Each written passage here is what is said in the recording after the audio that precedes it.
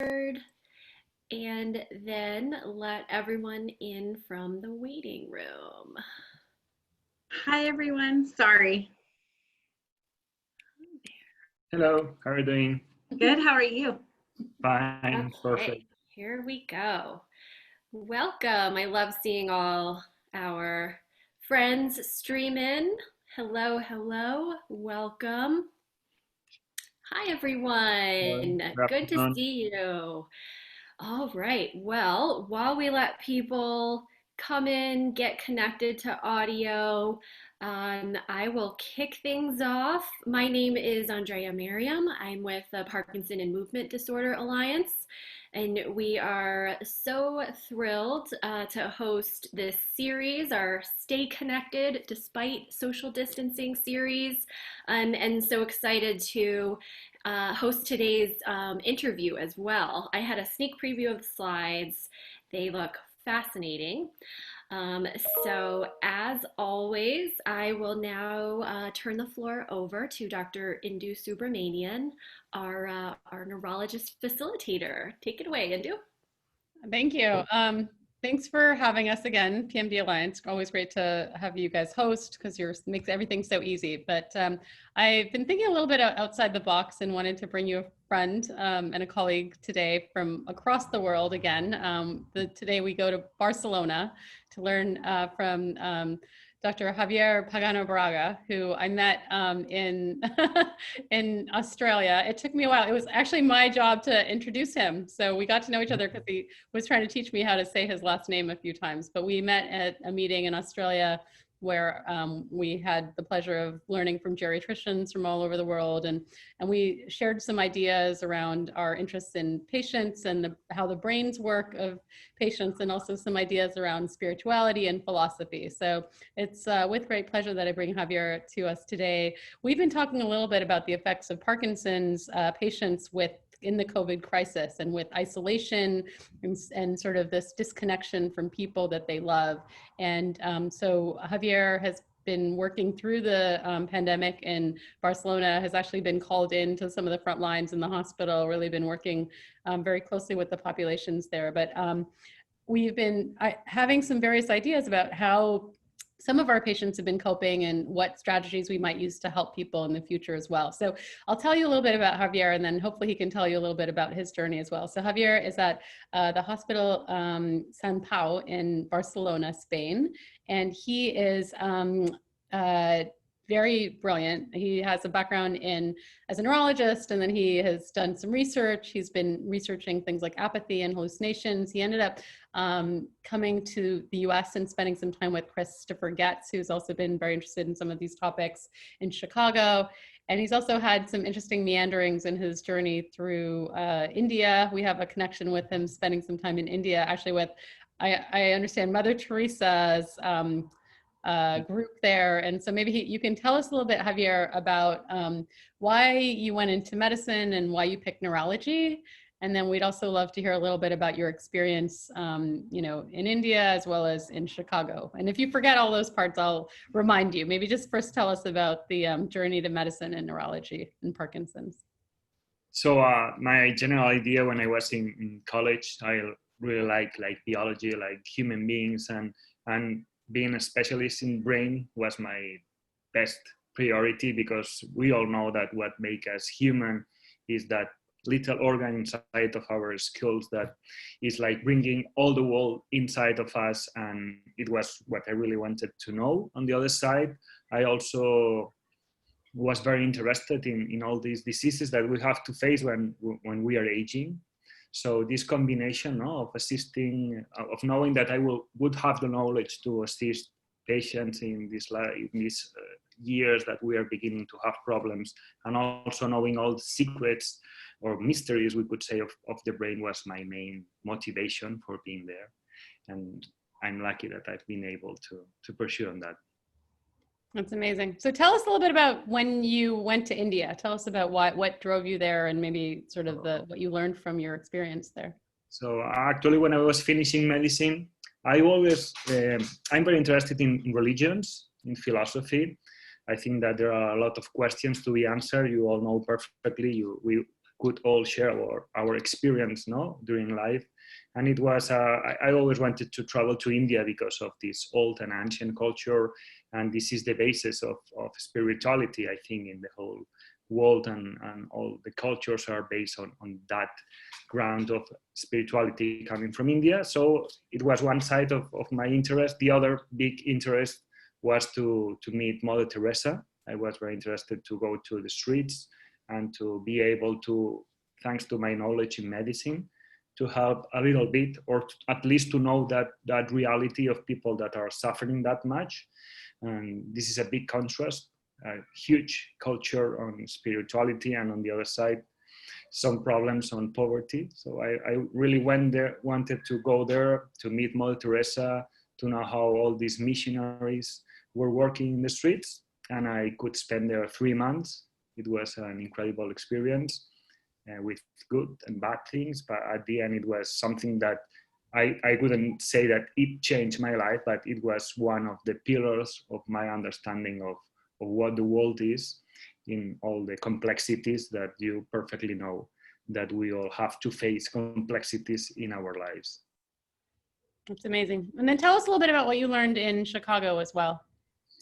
Yeah, and then the last thing that I was very interested, it was about neuroimage. So you know that in the last, let's say, 25 years, we have developed a lot of new neuroimaging techniques to be able to see what is inside of our brain, how our circuits are connected. And I was very much interested in hallucinations, in the study of hallucinations from one side.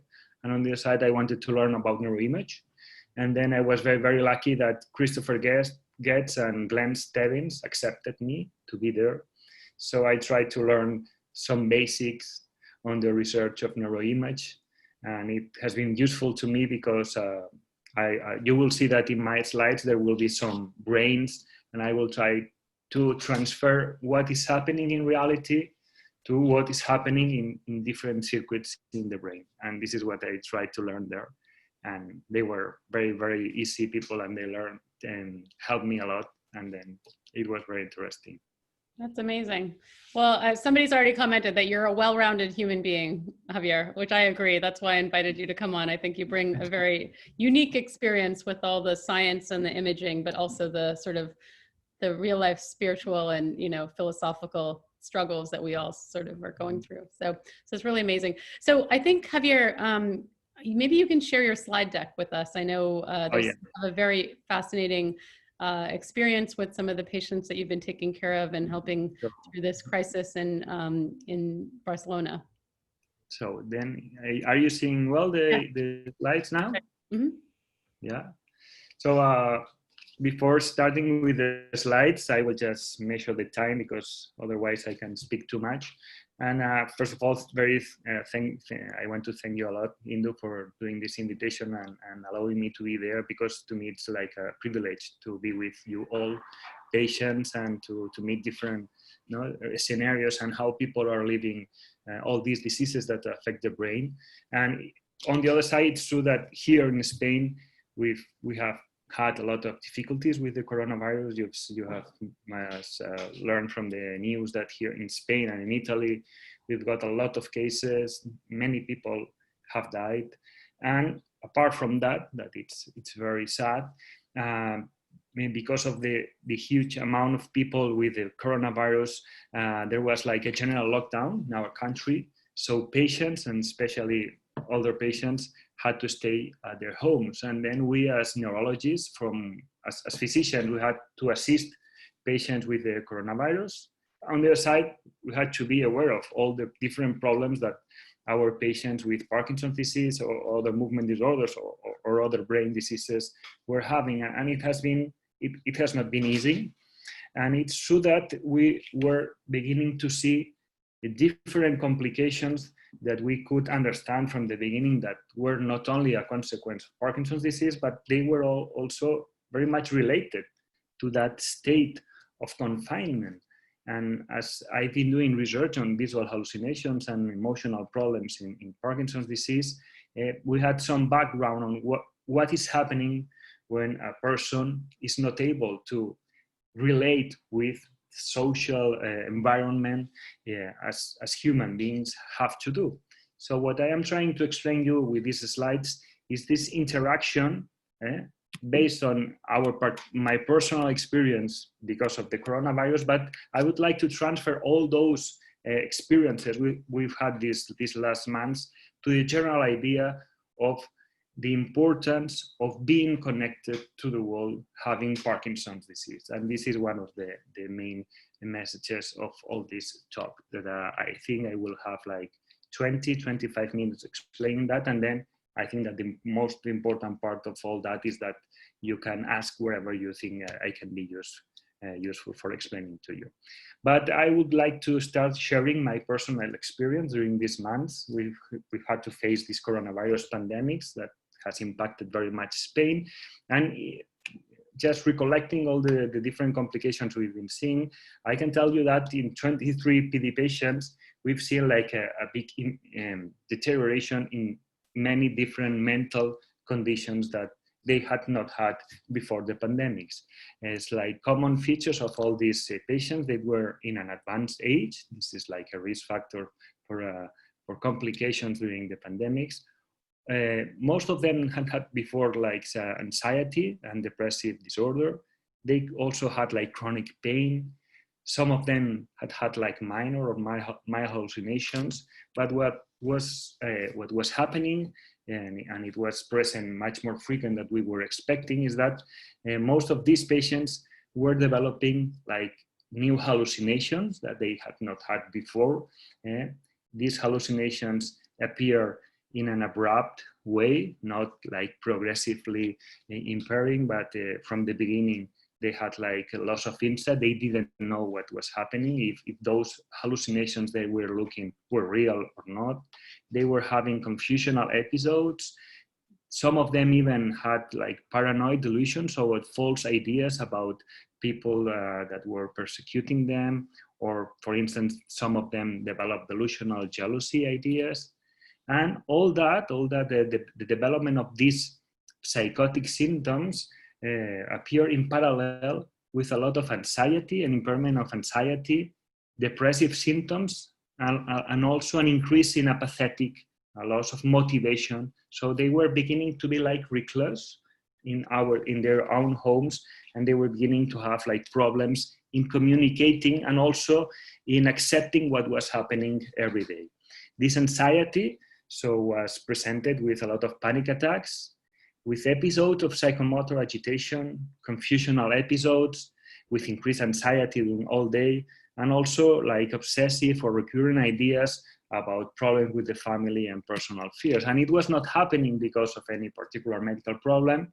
So we were wondering whether all these complications were like a direct consequence of this sensory deprivation, this inability for them to go out of their houses and meeting with people. These complications, this deterioration in these mental problems, it did not only happen to patients with Parkinson's disease, but we had like very important problems with some patients with Huntington's disease. We even had a suicide attempt because that patient could not accept that situation, and that intense anxiety that was related to the confinement make him try a suicide attempt. And also in patients with another neurodegenerative diseases like progressive supranuclear palsy, frontotemporal dementia of Alzheimer's disease, we've had to attend in the emergency department to patients because an increase of inner restlessness, psychomotor agitation, as I said before, a lot of anxiety with panic attacks, and also some episodes of verbal or visual aggression, verbal physical aggression, because the main problem is that they were not allowed to go out of home for a walk, and it was difficult for them to understand why this was happening to them. You know? So it has been the situation during these months. I think that we wanted to make this like something known to our health authorities, because from the government there was a general rule that people could not go out of their houses, but we were seeing that this total lockdown was having like negative consequences to some of our patients. And what we wanted to do is like a review of what is happening to people with or without a brain disease if they are placed in a situation of loneliness or social isolation. And there is some literature in the last years that actually not only for people with a brain disease, but for elder people, for people of advanced age, a situation of social isolation, of not being able to keep contact with known people, just living alone, or just the sensation of subjective loneliness has been related to a decrease in physical and mental health. It has an impact. The more isolated a person is from society, the most likely that that person will have problems in emotional well-being, will be much more likely to become depressed. Cognitive impairment can increase. And also, there has been seen a relationship between the social isolation or even the subjective feeling of loneliness with an increase in the mortality risk. But it's not something only related to these pandemics, but we have to be aware and we have to know how to inform the different authorities that patients and people of advanced age need to be connected with reality. So there is an old history of what is happening to patients that are in a state of solitary confinement. It makes sense that, for instance, in the second half of the 19th century, the different inmates in Germany or in the States, they were in very isolated conditions. And even Charles Darwin was able to explain that those inmates that were absolutely isolated from reality were experiencing a lot of torturing anxieties, horrible despair, and it made the base for a lot of studies in the 20th century to try to show what is happening to a person that is not able to connect with different social environments. There is here like a summary of different studies, but hallucinations, cognitive deterioration, emotional symptoms can appear just because a person is not able to connect with social reality as that person would like to do.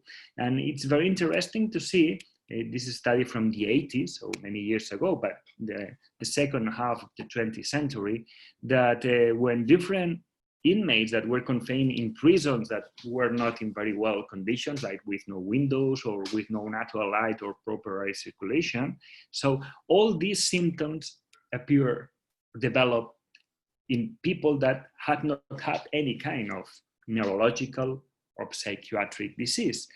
They, after like a mean time of confinement from 11 days to 10 months, they were showing like different responses of generalized hyperresponsivity to external stimuli. So they were like hypersensitive to any kind of sensory stimuli. They could develop hallucinations, a lot of anxiety with panic attacks, just like we've seen these weeks. Also difficulties with thinking, concentration, and memory. Also even the appearance of irritability and aggressive thoughts inside of them.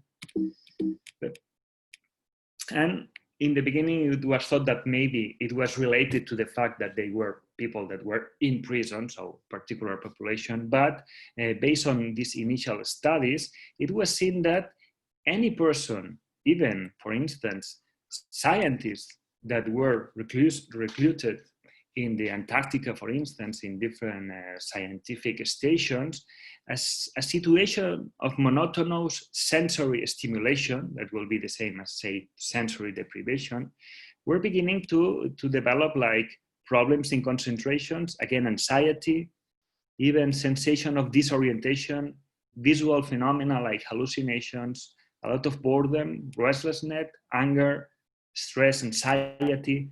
And after some months, for instance, being in the Antarctica, the fact that those people that were researchers, that were people without a disease, could not relate normally with other human beings was clearly associated with problems with sleep, problems with depression, like feeling blue, feeling lonely, even thinking that some people were watching or talking to them.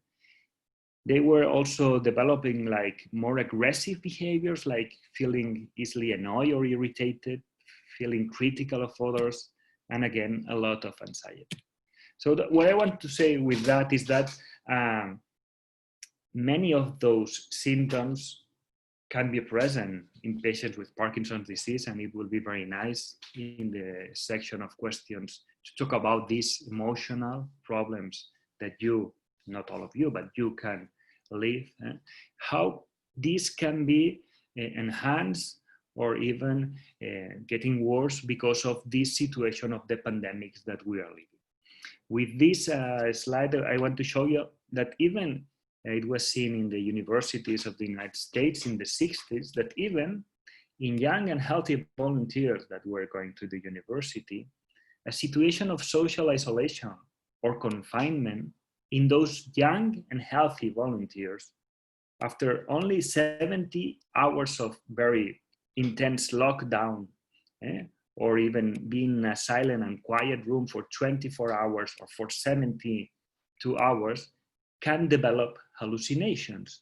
So if we know that patients with Parkinson's disease are much more likely to develop hallucinations than normal population, this is another example of the importance for Parkinson's disease not to be at home only and not to be in a situation of partial social confinement, but to go out and to be aware of the importance of being into the world. And this is another example coming from another disease, from Alzheimer's disease. Patients with Alzheimer's disease are not that likely to develop hallucinations, but in this interesting study, they observed that people, in this case it's people of advanced age, they were exploring whether visual impairment or loss of hearing was having an impact on the development of hallucinations. They saw that it was true, but they saw that social isolation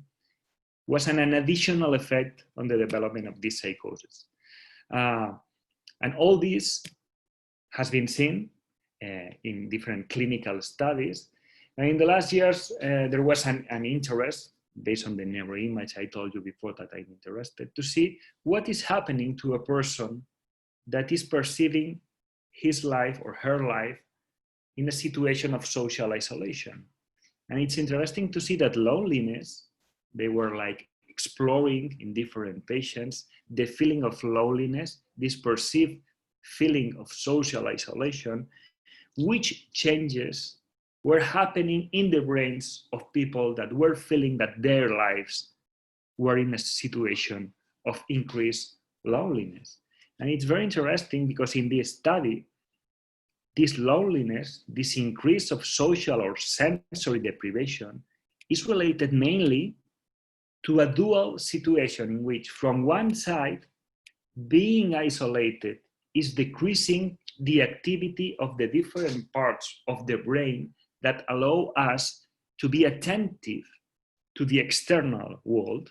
So we are more and more attentive to our inner states of our mind. And on the other side, that decrease in the ability to be connected to external stimuli was also associated with an increase of the activity of these circuits that we will just simply say the limbic system, the singular limbic opercular circuits, that are the circuits in our brain that are managing and modulating our emotions. So in these patients with an increased perceived sensation of social isolation, there was a decrease in attentional resources, but on the other side, there was an increase in the connectivity, in the activity of these emotional circuits that was giving information and increased information about social fears, about perception of threats. So what was seen in this study is that a continuous situation of social isolation is related to, from one side, decrease in the ability to be attentive to the external stimuli, and on the other side, a hypervigilance to social threat. And this is what finally is producing all the symptoms we've been explaining before. This must seem complex, but I want to explain to you because you have Parkinson's disease. And as we all know, having more information is good for you because at least you can be much more able to explain to your neurologist what is happening in your daily life. We've been doing studies on the neuronal basis of visual hallucinations in Parkinson's disease. I will not explain to you all this in detail, but what has been seen is that this is true, that Parkinson's disease is not only affecting motor functions, but there are different complex networks that have to be interconnected to be able to understand better what is happening in this constant and changing world of environmental stimuli. So this is, there is a need. All these complex networks have to be precisely connected, and this is something that can fail in Parkinson's disease. And what is happening actually is that there is a very important network. There is a part in all of our brains, not only patients with Parkinson's disease, but for every human being. We have like an inner part in our brain that help us to do like a dialogue between our inner thoughts and what is happening in our environment. This network, this part of the brain is called the default mode network. And this default mode network is very important for the generation of the self, the sensation we all have about ourself.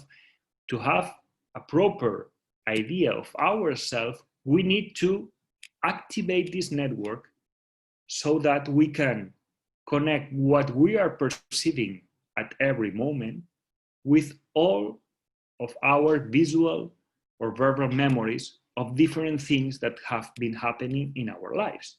You could all recollect moments in which, if you had children, when you had party with your families, when you were just having conversations, all those images, all those memories of past times are inside of your brain. And you need to have a dialogue between all the memories that already have been set inside of your brains and what is happening in every moment. And this is something that is not working perfectly well in patients with Parkinson's disease.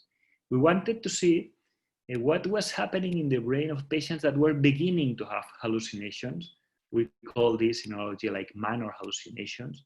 Some of you maybe can experience sometimes that there is a person behind of you, or you have like the sensation that there is a moving, fleeting image in the peripheral visual field.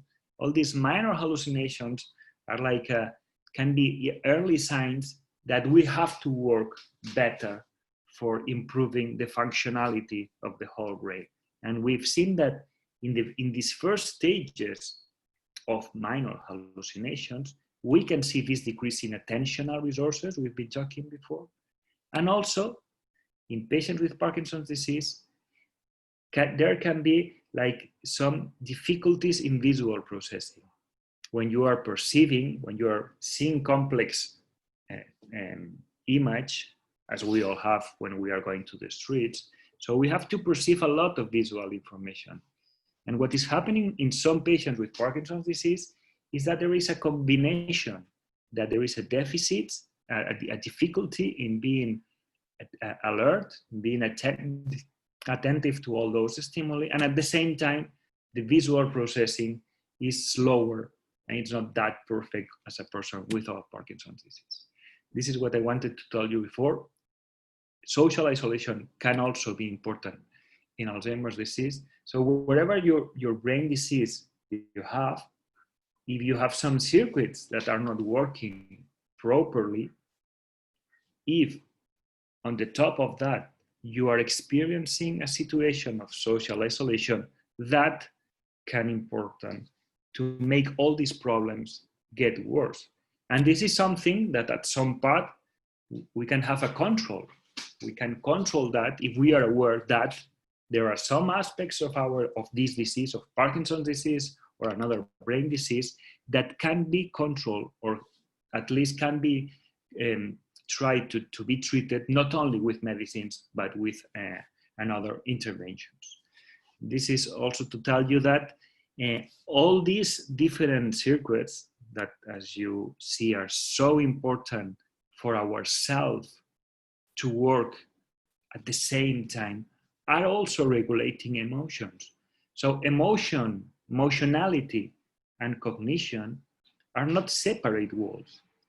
You have to be able to have well-balanced emotions, and at the same time, we have to be able to have a rich cognitive environment so that the combination of cognition and emotion is able to give us a much more stable daily life. This is what I wanted to show you with this maybe complex slide. So our body needs to be constantly connected to the external world and to other people, especially family, no? People that whom we are emotionally connected. And this is important for physicians. So these slides, I also have explained them to different neurologists in Spain, because sometimes, at least in Spain, and I think that in other countries, when patients are beginning to have like hallucinations or anxiety or psychomotor agitation, maybe treatment is only based on different medications that can treat that, but on the other side can impair mobility. What I wanted to show with this diagram is that we have to be aware of all those problems I've been talking about, because treatment has to be complemented with psychotherapy and non-pharmacological treatments. There is a need for orienting environmental stimuli to be connected to the external world. And for that, we need social intervention.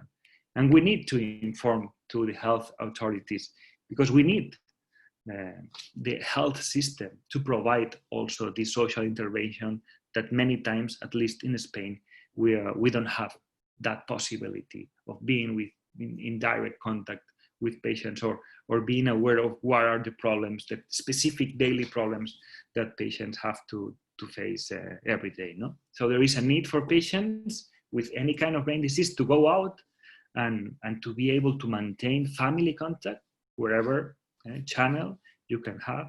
Also, it's important at your houses to prepare your house to be light and bright, with uncluttered rooms, also with different clues or cues that help you to know which time of the day you are living. All those orienting external objects can be very useful for a well-balanced state of emotions and cognition.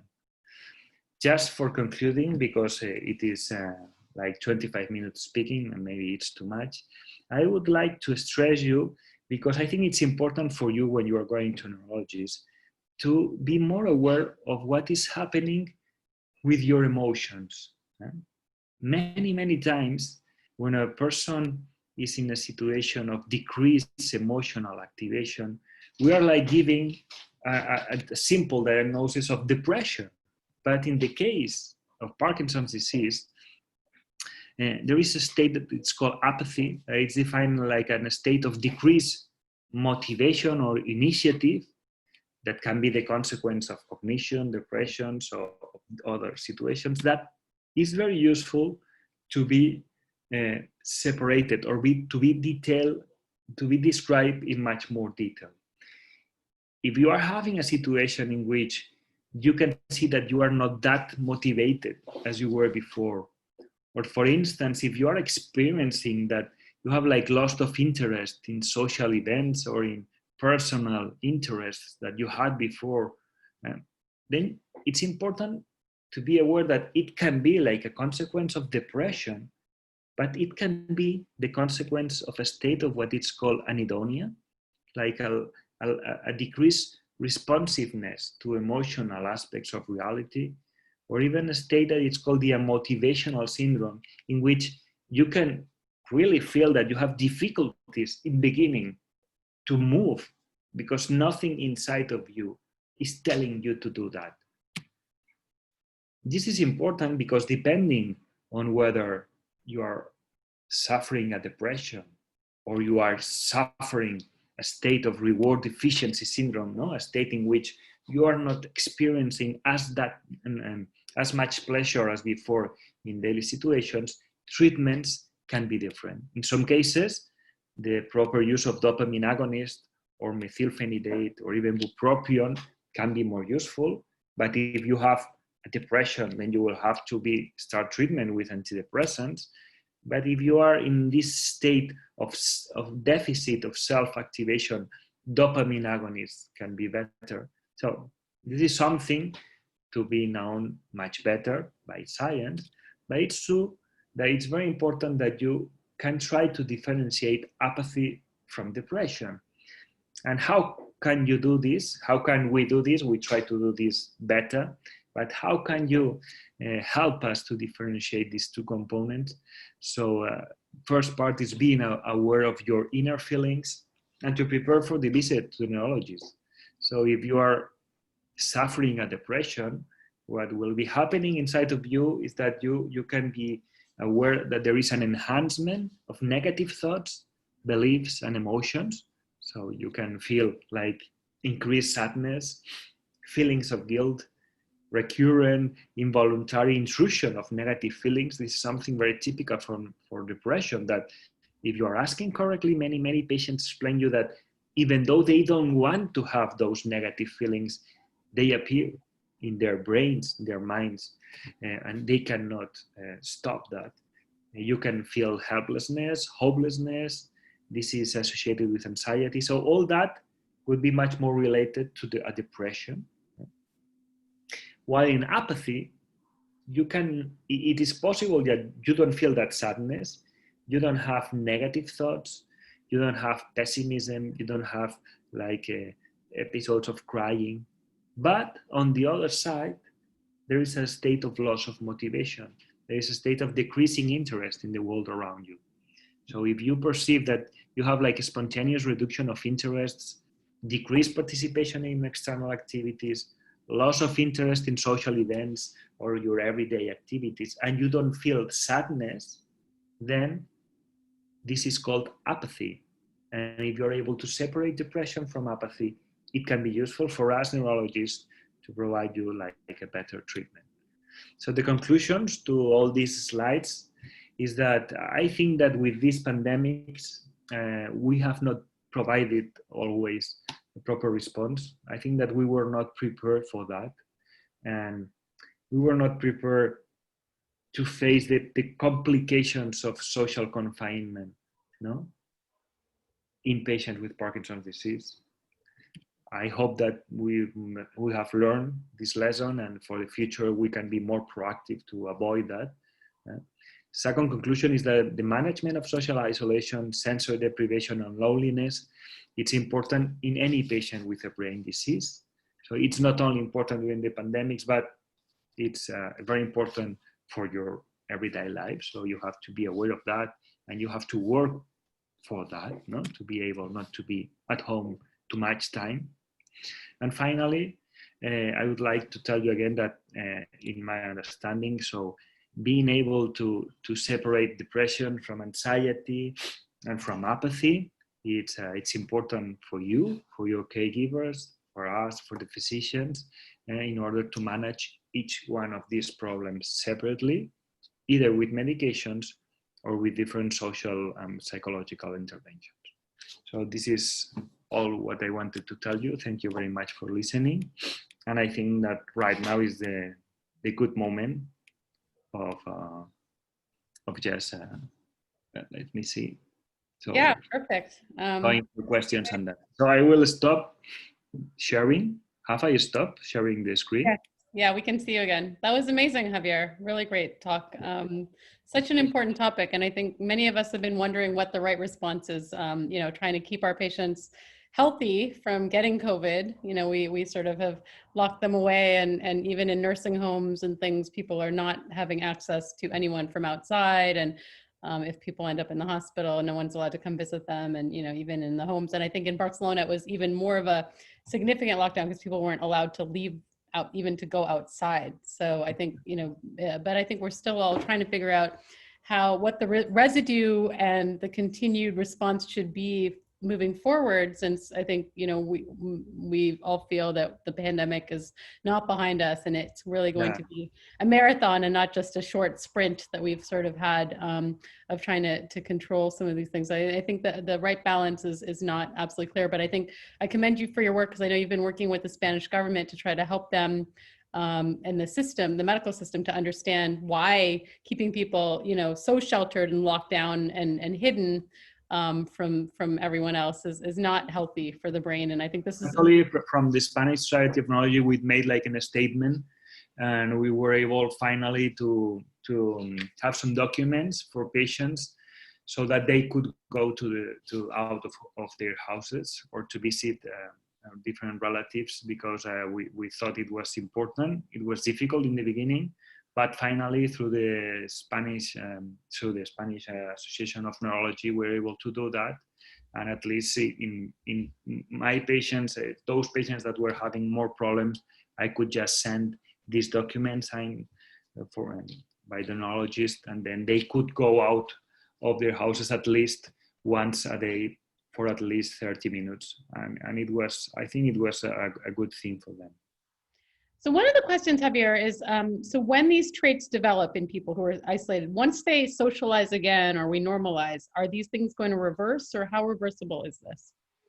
So it's not completely, it can be completely reversible in some cases, but we have to give the information that like breakdown that they can suffer, in sometimes it's difficult to be reverted completely, no? And in some cases, we've seen an impairment that has not reversed to the previous state. And it was another red flag for us to say, please, we have to treat that, because you know that, as I've tried to explain to you, so your circuits are working well, but they have some difficulties in connecting all brain regions together.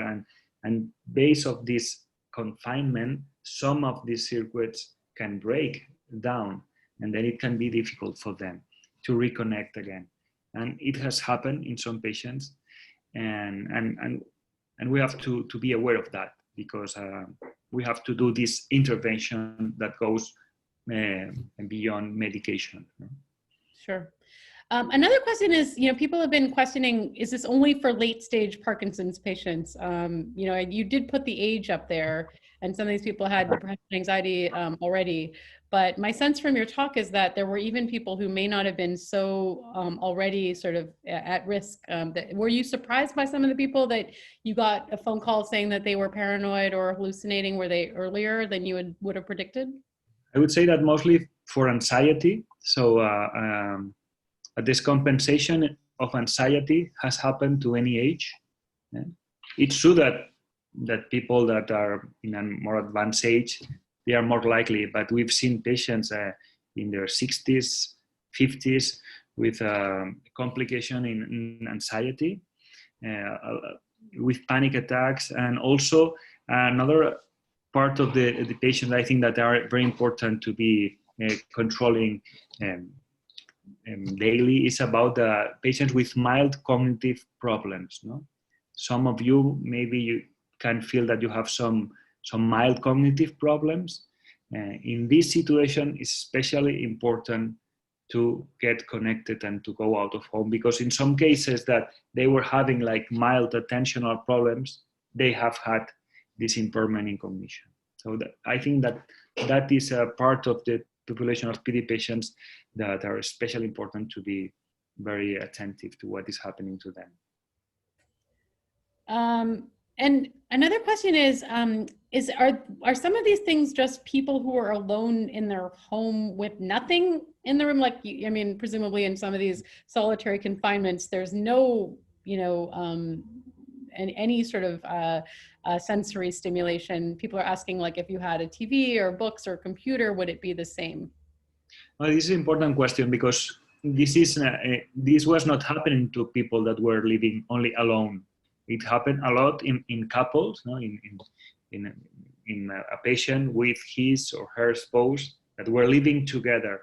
But this new situation, they had to stop from doing usual activities outside of their house they had to do, that is the impact of lockdown in PD patients, in my experience. It's not that you are living alone, it's that you are living with your spouse, and then you are stopping your usual activities outside of your house. That lack, this impossibility to be connected or to receive those stimuli that you were receiving before, is that has been like a triggering factor for these complications in my experience. Okay. And so it basically sounds like there's sort of this thing that it gets in place with some of this social isolation and loneliness, where the apathy component increases, and then also the anxiety and some of the hypervigilance and sort of rumination also increase. So there's a sort of, twofold negative things that already affect our Parkinson's patients. And so there's sort of this need to be quite proactive, and try to, try to intervene early if we can. You mentioned, that you have a hope that in the future, something will be different about the way that the medical system and society is approaching this sort of situation. I have some interesting thoughts myself, as you know, Javier, we've talked about this, but could you tell us what you think might be, sort of a way to intervene and help people? Well, I think that at least in Spain, you are beginning to build like new units, no? So the model of assistance to patients, I think that has to change, no? There was a tradition of visiting patients in the office, no? There was a neurologist attending you, speaking with you, changing medications. And I think that the new way of visiting patients is that some days they are visiting the doctor, but many other days they are visiting a psychologist there at the hospital. They are visiting like a physiotherapist, also health workers that can understand the situation of the families. I think that, to me, I don't know if you agree with me, all of you that you are here listening to me, but I think that the situation of the families is very important. And we many times we don't have the information about how the families are working. And we have now working with us a psychologist that is specialized in this, in how patients relate to the family. And this is very important for us, because I've been just discovering many situations that I was not aware of, and just making some intervention on helping families, to cope with the disease, because you all know that you have some difficult situations, but not only about the patient, but considering also the caregiver and even the social environment of each family is helping us to solve problems that we could not treat with medication. So I think that this is the new model of assistance. This is difficult in Spain because we have this universal health system, but it's very expensive, and we cannot expect the government to pay for all of that. We have to convince the government they have to invest on that. But in the meanwhile, we are looking for grants, for different funding resources, and we are trying to convince the government that this is the way to assist patients. Absolutely. I think Rochelle's made some comments here. She's one of the PD Avengers that we'll be having on soon from Ireland. She says that a survey in Ireland showed families often suffered as much, if not more, than those with neurological conditions. So I think, everyone's sort of hurting in their own way. The grandchildren are missing their grandparents just as much as the grandparents are missing their grandkids. So I think, it's been very stressful, I think, and I think that these consequences of this isolation are sort of hidden, and I think we'll be seeing sort of the consequences sort of coming forward as we follow patients and reconnect with them. And I think much of your work and much of my work and our work hopefully together in the future is going to be to try to prevent this in a proactive way. And I think I'm going to be speaking about the VA about a new volunteer program where they're going to be proactively reaching out to veterans with phone calls and trying to connect with people who are lonely through possibly a virtual sort of situation like this, or even just a phone call. Because I think making a phone call, and I think each and every one of us that's that's on this program today can make a difference for somebody out there who's less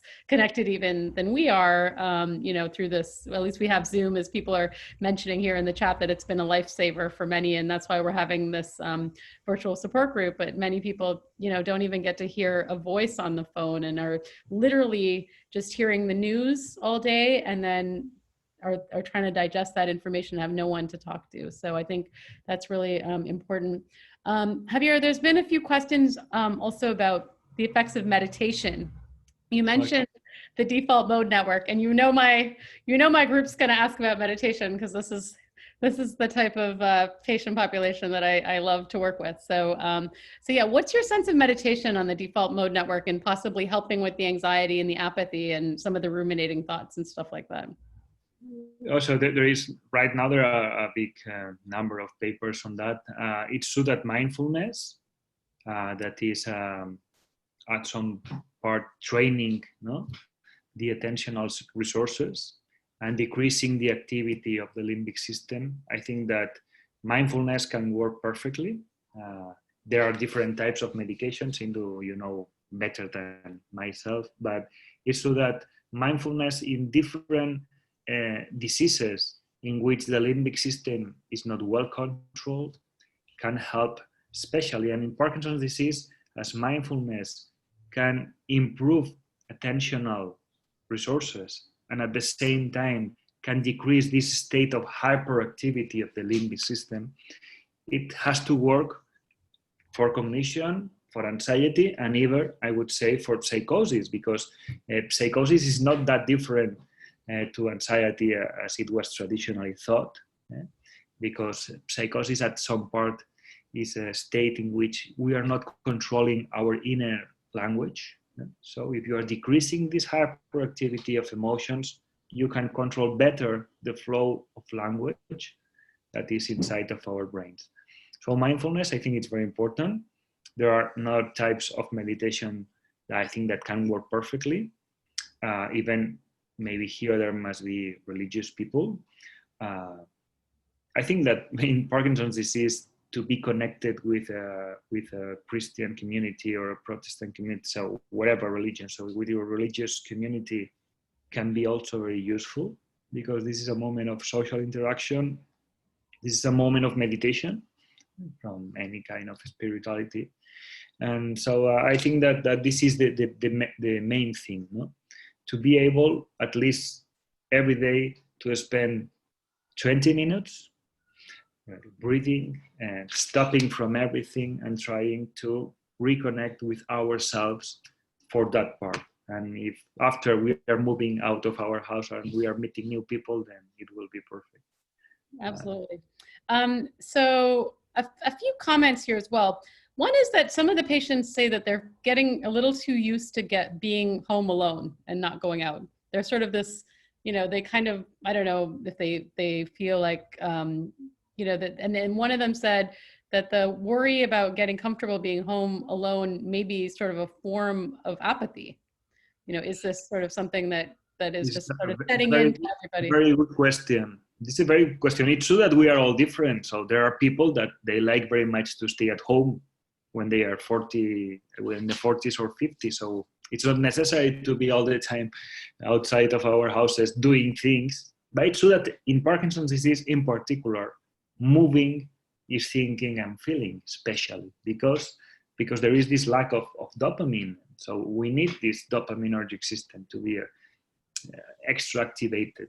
But based on that question, it's true that if you are feeling that you don't know exactly why you are staying at home much more than usual, maybe this is a sign of apathy somehow.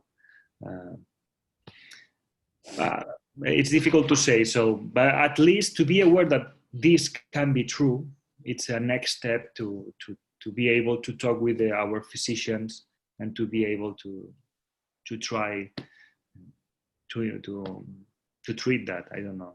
Let's see.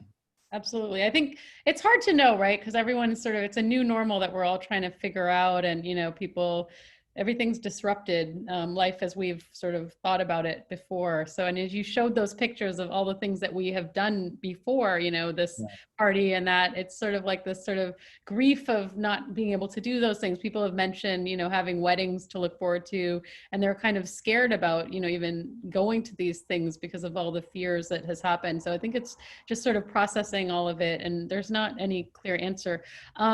Somebody asked, one moment. There is another additional thing that I think it's very important, and your patient will be the best part to explain that. But to me, it's also important the intentions in life. So I would say that there is kind of an existential apathy. I can understand that in some patients, there is a need to find a meaning of life, no?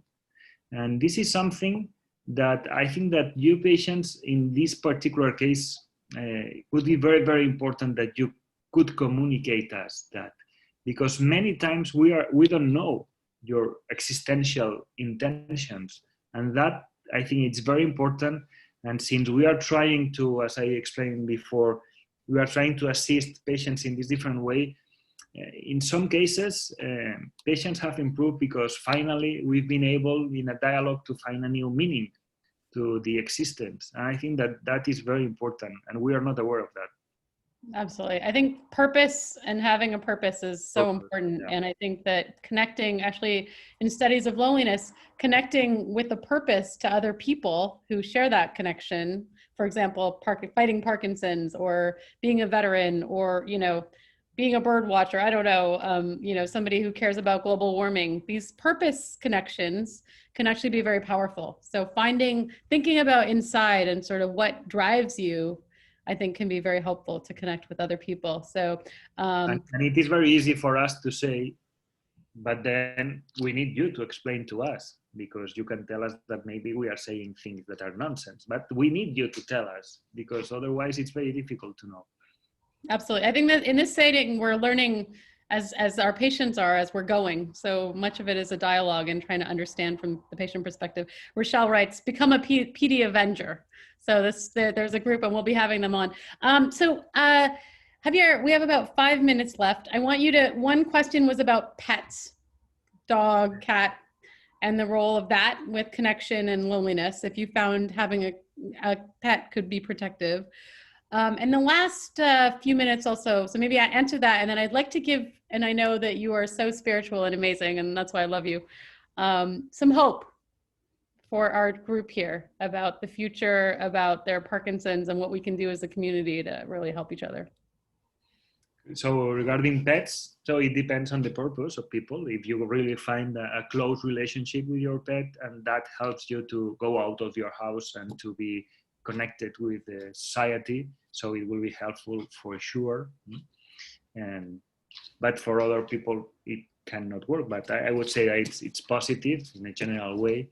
And about hope, I think that we've been advancing in this dialogue that Indu has been talking about. I think, maybe it's not true, but I think that new times are making us much more equal. So the relationship between physicians, nurses, and patients has to get closer. And I think that this is the big hope, no? To work together and not just to go to the hospital for 15 minutes, explain a couple of things, and just receiving a new medication. That hope, I think it's crucial, and it goes well with research. It goes well with the knowledge, the deep knowledge of circuits in the brain. But at the end, we need this connection. And this is my hope, that we are changing our views of living together. And I hope that will be real in the next years. That's amazing. We have a couple more minutes. Just people have asked just a couple of practical strategies to help apathy. Javier, from your perspective. Yeah. So first of all, it's important to be aware of that.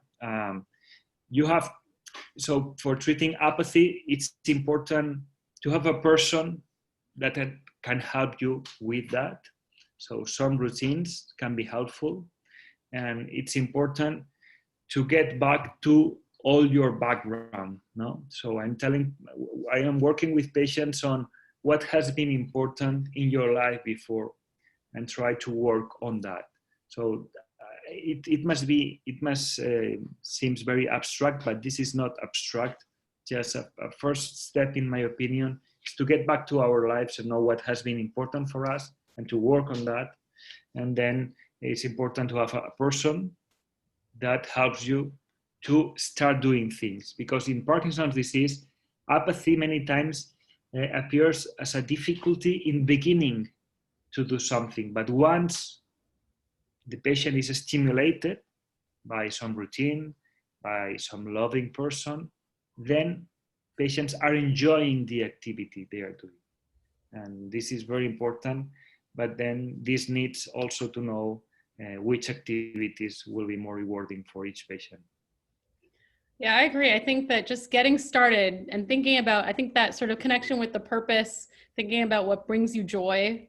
So sometimes when I talk to my patients, I say, you know, when you were a teenager or in your 20s, you know, what did you like to do? What did you look forward to? And I think people sometimes get so stuck in their, you know, now I'm, you know, 75 and I can't have fun throwing a Frisbee in my backyard, or, you know, something crazy, you know, whatever, you know, so I think it's just sort of important to reconnect to that sort of more youthful space where you really, something that brought you joy, or a person that brought you joy. And it could be somebody that you've lost contact with for 20 years, but is now, you know, somebody, even if you never picked up the phone, call that friend. I've been doing that a lot, my high school friends. And, you know, you and I had a great conversation, Javier. We just were like, let's just meet, you know, we had a great conversation. I think it was really, you know, replaced some of our meetings and you know, going to conferences was just sort of being able to chat about some ideas. So I think everyone, I would advise you to go out there and think about somebody that you think might be lonely and give them a call. Try that today and report back to us.